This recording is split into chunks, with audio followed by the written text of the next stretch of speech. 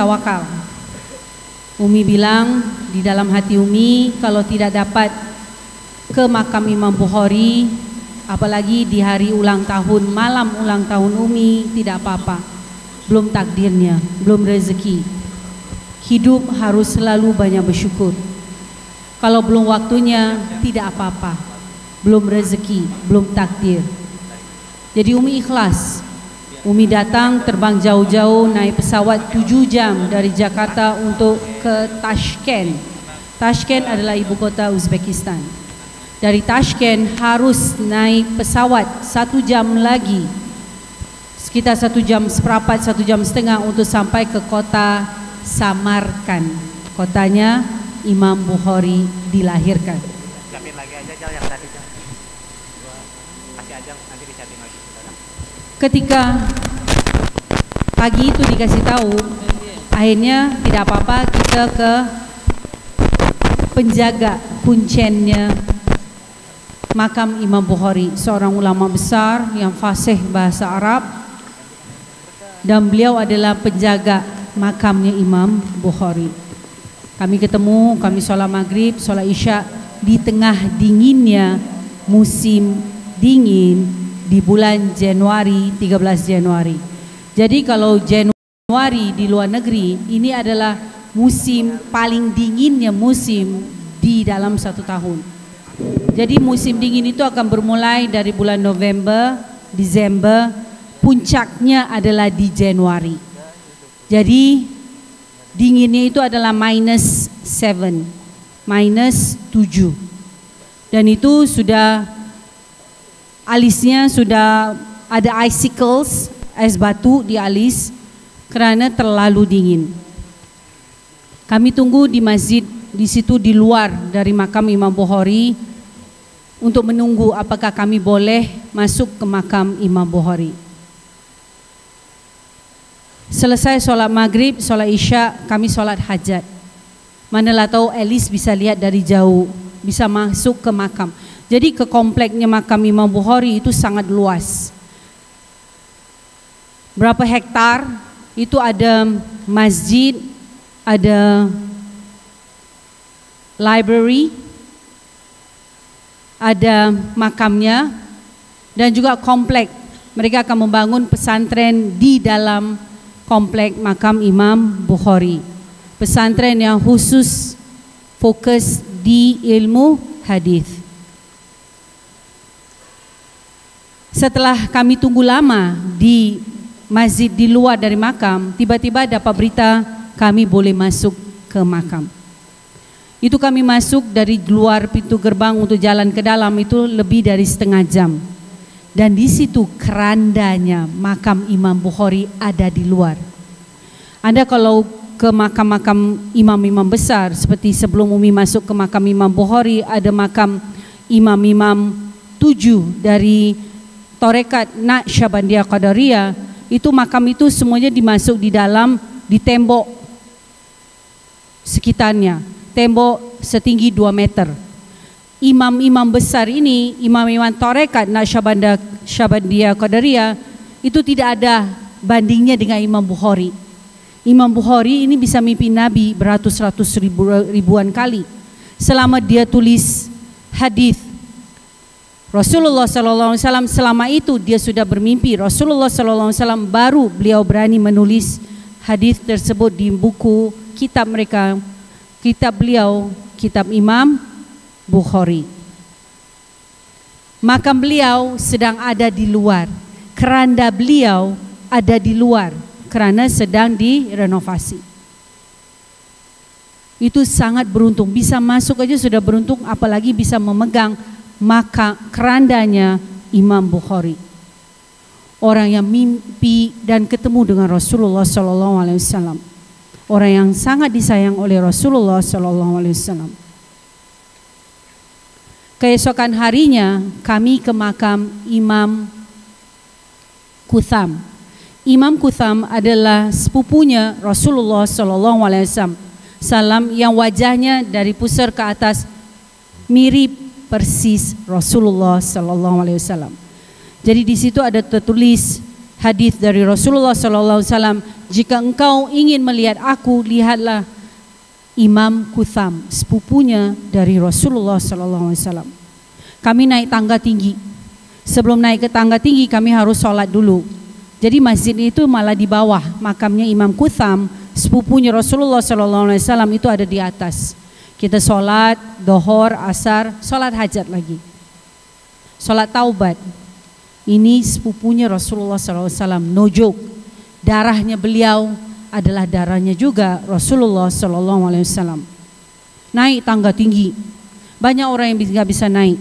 Teman-teman Umi yang di dalam kelompok, di dalam grup itu nggak bisa naik karena sakit lutut, sakit kaki, dan macam-macam. Sampai di atas seperti itu, kerandanya itu ada di luar. Imam Kutham kerandanya itu dibungkus sama batu marmar sekitarnya. Tapi jelas itu adalah keranda. Jadi beliau itu bisa dibilang tidak dimasukkan di dalam tanah, tapi di atas. Jadi kerandanya dibungkus sama batu marmar, di situ kita bisa pegang. Memang tidak bisa lama karena terlalu banyak orang yang antre untuk memegang kerandanya Imam Kutham. Itu tahun lalu di 2024 Umi ulang tahun di negerinya Imam Bukhari dan Imam Kutham. Umi tahun ini bukan 57 tahun, tetapi 59 tahun. Kita harus ingat, kita ini orang Islam, jadi tanggal lahir kita harus sesuai dengan tanggal Hijriyah. Ditambah 2 tahun. Jadi kalau di kalender Masehi Umi 57, berarti plus 2, Umi sudah 59 tahun. Tahun depan Umi akan 60 tahun. Umi hanya pesan, Umi tidak minta macam-macam. Lanjutkan Al-Asriyah Nurul Iman. Pesantren Al-Asriyah Nurul Iman harus sampai kiamat. Tetap gratis, berkualitas, didukung oleh wirausaha sosial. Kenapa itu penting? Kerana sampai kiamat semuanya harus gratis, dari tempat tinggal, makan, kesehatan dan pendidikan. Dari PAUD, TK, SD, SMP, SMA sampai S1. Untuk merubah manusia hanya dari ilmu, dari pendidikan. Umi selalu kalau ngajar Umi akan pesan, knowledge is power. Pengetahuan adalah kekuatan. Kalau Anda punya pengetahuan, Anda punya ilmu, disitulah kekuatan kita. Anda bisa jadi orang kaya, Anda bisa jadi orang mampu, Anda bisa jadi orang yang terhormat, Anda bisa jadi wali Allah. Orang yang disayang Allah itu semuanya harus dengan ilmu pengetahuan. Kemarin Umi kalau ngajar setiap hari Ahad tentang Islamic leadership. Bagaimana menjadi seorang pemimpin Muslim, kepemimpinan Islam. Di situ dijelaskan, Anda mau jadi pemimpin Muslim, Anda harus punya ilmu. Kalau Anda mau menjadi pemimpin Muslim yang fatonah, amanah, siddiq untuk tabligh, Anda harus punya ilmu. Tanpa ilmu Anda tidak bakal dan tidak bisa menjadi pemimpin Islam yang fatonah, amanah, siddiq untuk tabligh. Ingat, selesai S1 di Nurul Iman, cari beasiswa untuk S2, S3. Jangan merasa puas dengan ilmu yang Anda miliki sekarang. Anda tidak tahu ilmunya Abah. Bagaimana Abah pergi ke tanah Arab untuk mencari ilmu-ilmu dan guru-guru laduni yang tidak segampang orang bisa ketemu. Wali-wali Allah. Jadi Anda harus lebih dari Abah dan Umi. Insya Allah Umi doakan. Harus lebih alim, harus lebih kaya raya. Itu yang paling penting. Dan harus lebih bertakwa dan beribadah. Anda masih muda. Tetapi tadi Umi bilang dengan anak putri, jangan bilang saya baru 12 tahun. Saya baru 19 tahun, no. Anda sudah 12 tahun, Anda sudah 19 tahun. Ingat, umur tidak ada yang tahu. hidup dan mati. Mati tidak ada yang tahu. Seperti ibunya Umi sering bilang, orang tua tunggu mati, orang muda kapan saja bisa mati. Hari ini ada hahaha, senang, lompat sana lompat sini, terbang sana terbang sini. Besok-besok tiba-tiba, wah, innalillahi wa inna ilaihi rajiun, meninggal. Padahal tidak ada sakit, tidak ada sebab musabab, tidak ditabrak mobil, tidak ketiban pohon, tiba-tiba saja meninggal. Jadi kita harus selalu setiap hari siap-siap untuk mati. Jangan takut mati. Semua orang pasti akan mati, tetapi harus selalu bersiap-siap untuk mati. Kerja yang sekerasnya, belajar sekeras-kerasnya, semangat bekerja, belajar. Untuk apa? Untuk mempersiapkan nanti ketika Anda mati. Ingat, kejar akhirat, dunia akan mengejarmu. Hidupnya Umi sangat-sangat berwarna, sangat challenging. What is challenging? Penuh tantangan. Yes. Dari Umi masih kecil, Umi hidup di Singapura, di mana orang-orang yang terpinter, karena kita orang Melayu, kita minority. Kalau kita tidak pinter, tidak dilihat, tidak diakui. Tapi kerana Umi pinter, Umi kuat, Umi cerdas, beasiswa. Di Singapura, pendidikan itu harus all round. Healthy in mind, body and soul. Harus punya ekskul, harus bisa berseni, harus bisa seperti tadi, tarian Melayu, tari saman, harus semuanya bisa. Anda di Nurul Iman harus, semua ilmu yang bisa Anda dapatkan di Nurul Iman harus Anda tekunin. Jangan sia-siakan waktu Anda di Nurul Iman. Tadi teman-teman Umi tanya, ini yang ajarin santri-santri itu menari, bisa main marawis, bisa pencak silat, semuanya dari dalam Nurul Iman. Jadi tolong ingat surah Al-Asr, demi waktu.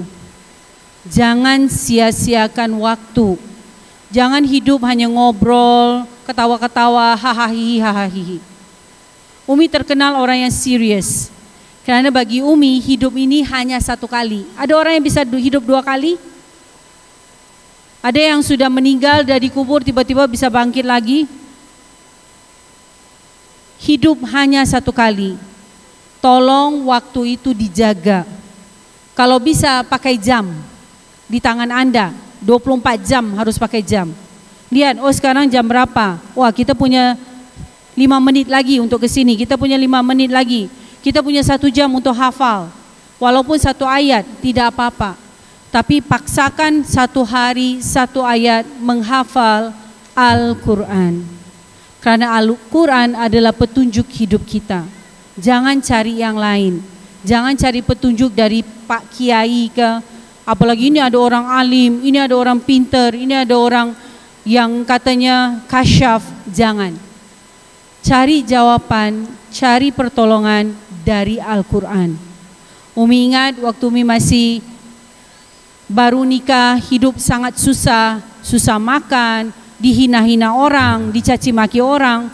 Yang Umi pegang hanya Al-Quran. Umi baca Al-Quran. Umi mau nangis, Umi mau ketawa, baca Al-Quran. Disitulah Anda akan mendapat petunjuk. Bagi alumni-alumni yang bisa hadir, alhamdulillah. Anda punya masalah, buka Al-Quran. Di situ jawaban buat Anda. Dan itu adalah jawaban sampai hari kiamat. Anda sedang sedih, buka Al-Quran, baca. Bandingkan hidup Anda dengan Rasulullah SAW. Tidak ada artinya. Jadi kita harus selalu banyak bersyukur.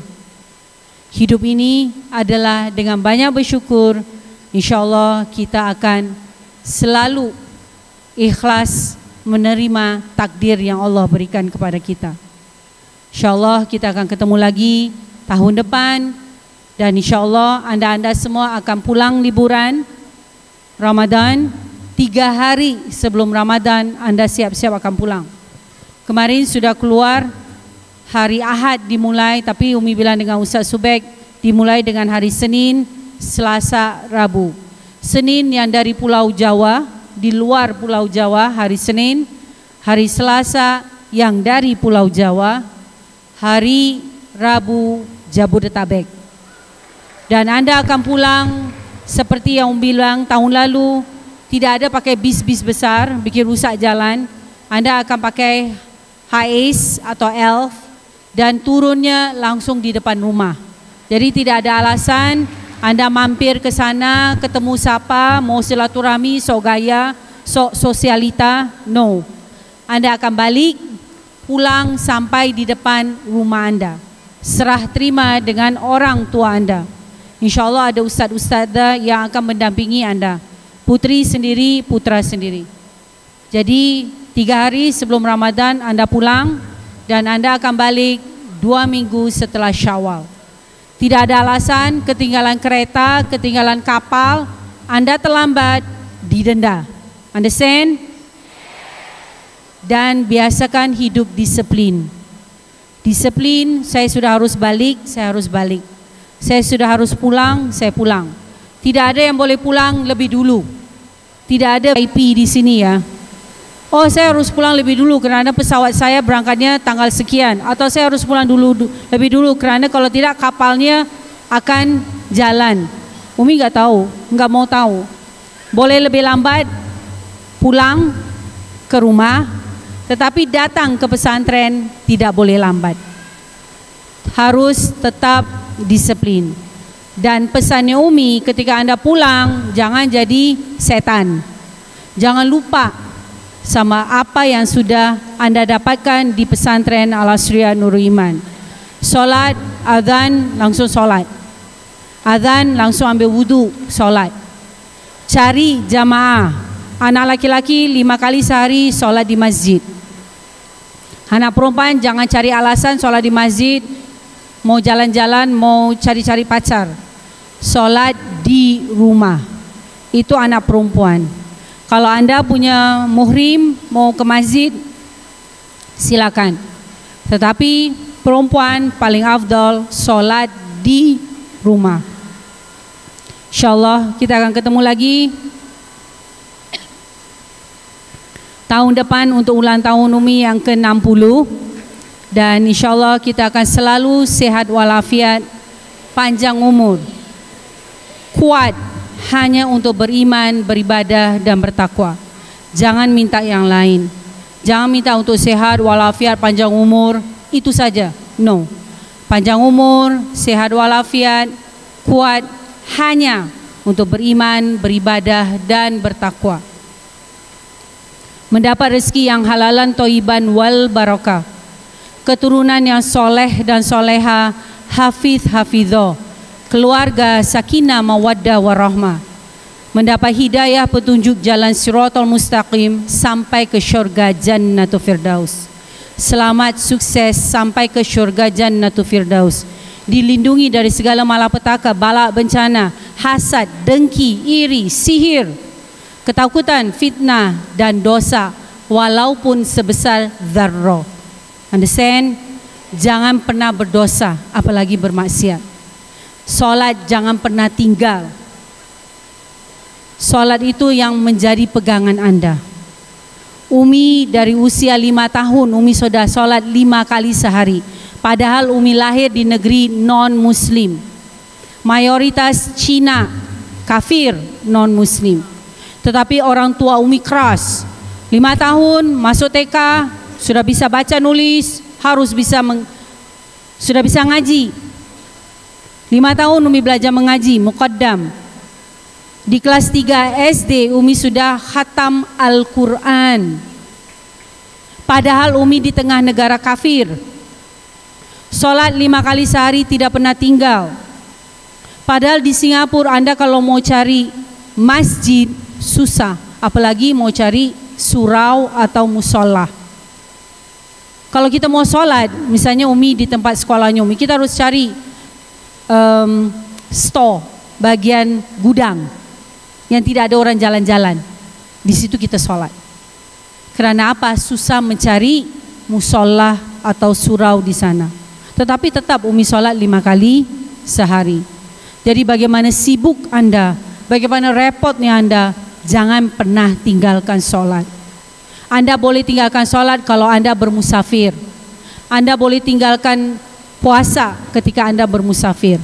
Tetapi ingat, tinggalkan sholat itu bukan maksudnya tinggalkan forget it, no. Jamak takhir, jamak takdim, yes. Tidak ada orang yang boleh meninggalkan sholat 5 kali sehari. Walaupun Anda sedang perang, Anda di atas kuda, tetap Anda harus sholat. Walaupun Anda terbaring, Anda pincang, kaki Anda lumpuh, atau Anda terbaring yang bisa bergerak hanya mata, tetap wajib sholat 5 kali sehari. Jangan pernah qadha sholat. Di dalam Islam tidak ada yang namanya qadha sholat. Qadha itu bagi anak-anak perempuan yang makzurah, yang sedang halangan. Sudah masuk asar, dia belum bisa sholat, dia belum sempat sholat. Ya, itu dia harus qadha sholat asarnya. Sudah datang bulan atau mens. Jadi yang bisa qadha hanya perempuan, karena datang bulan atau mens. Orang laki-laki tidak ada yang namanya qadha. Mau bagaimanapun, mau Anda sedang sakarat, harus wajib sholat. Dengan azan, langsung ambil wudhu, langsung sholat. Kalau Anda seperti itu disiplinnya Anda pasti jadi orang alim dan jadi orang kaya raya. Seperti Sayyidatina Khadijah dan seperti Sayyidina Uthman bin Affan. Orang alim dan orang kaya raya. Itu yang Umi sering doakan. Umi doakan kepada semua anak cucu turunan Umi, murid-murid Umi, anak cucu turunan murid-murid Umi, untuk menjadi orang alim, orang soleh, soleha, alim, hafiz, hafizah, menjadi keturunan, menjadi keluarga sakinah mawaddah warahmah, ahlul jannah. Itu yang paling penting. Tujuan kita adalah ahlul jannah. Dan insyaallah dengan hari ulang tahun Umi seperti ini, Umi sangat bangga santri-santri Umi menjadi orang-orang, dan sekarang Anda sudah kelihatan kehebatan Anda semua. Dan insyaallah Anda selesai dari sini, Anda akan menjadi lebih hebat, menjadi pemimpin Fatonah Amanah Siddiq untuk tabligh. Dan Umi mau minta tolong ya, insyaallah tahun depan Umi akan 60 tahun Hijriah. Umi minta hadiah. Umi nggak pernah minta hadiah. Sebelumnya Umi minta hadiah hais, itu nothing. Alumni, wali santri, Anda patungan. Umi mau beli tanahnya Pak Darwoto. Abang Hasan, he's sleeping. Berapa tanahnya Pak Darwoto, San? Seluruhnya 2 miliar? 2 miliar semuanya. Suruh patungan, San. Insyaallah Umi doakan semua alumni, wali santri bisa patungan 2 miliar untuk kita beli tanahnya Pak Darwoto, supaya anak putri bisa kita perluaskan daerahnya anak putri. Anak putra di sini, siapa yang pernah masuk ke dalam pondok putri? Angkat tangan. Itu kalau dia masuk tuh pasti ada masalah tuh. Siapa yang suruh Anda masuk ke dalam pondok putri? Catat tuh Ustaz. Siapa yang masuk tuh? Paling Ustaz. Jadi gini ya, Anda anak laki-laki harus banyak bersyukur. Tempat Anda itu sangat luas. Sampai ke Empang. Empang aja di belakang itu 13 hektar. Anda mau berenang, Anda mau tidur di atas empang itu, Anda mau mancing, itu 13 hektar di belakang ini. Anak putri, empangnya itu hanya 2 hektar, tetapi mereka nggak bisa ke sana karena sudah ditembok. Jadi anak putri ini tempatnya sangat sempit. Padahal ratio putra dan putri hampir sama. Jadi sebab itu Umi ingin bisa kita beli tanahnya Pak Darwoto. Insyaallah kita patungan alumni, wali santri, berapa aja yang ada punya, supaya kita bisa memperluas daerah putri. InsyaAllah semuanya ini demi Allah dan demi Rasulullah SAW. Semua aset-aset di Al-Asriyah Nurul Iman semuanya wakaf buat Yayasan Al-Asriyah Nurul Iman untuk memberikan pendidikan, tempat tinggal, kesehatan dan makan gratis buat lebih dari 15.000 santri dari PAUD sampai S1. Doakan kita semua panjang umur, sehat walafiat, kuat hanya untuk beriman, beribadah dan bertakwa. Mohon maaf zahir dan batin. Jazakumullah khairan katsiran jiddan. Wassalamualaikum warahmatullahi wabarakatuh. Ma'hadil Asriyah Nurul Iman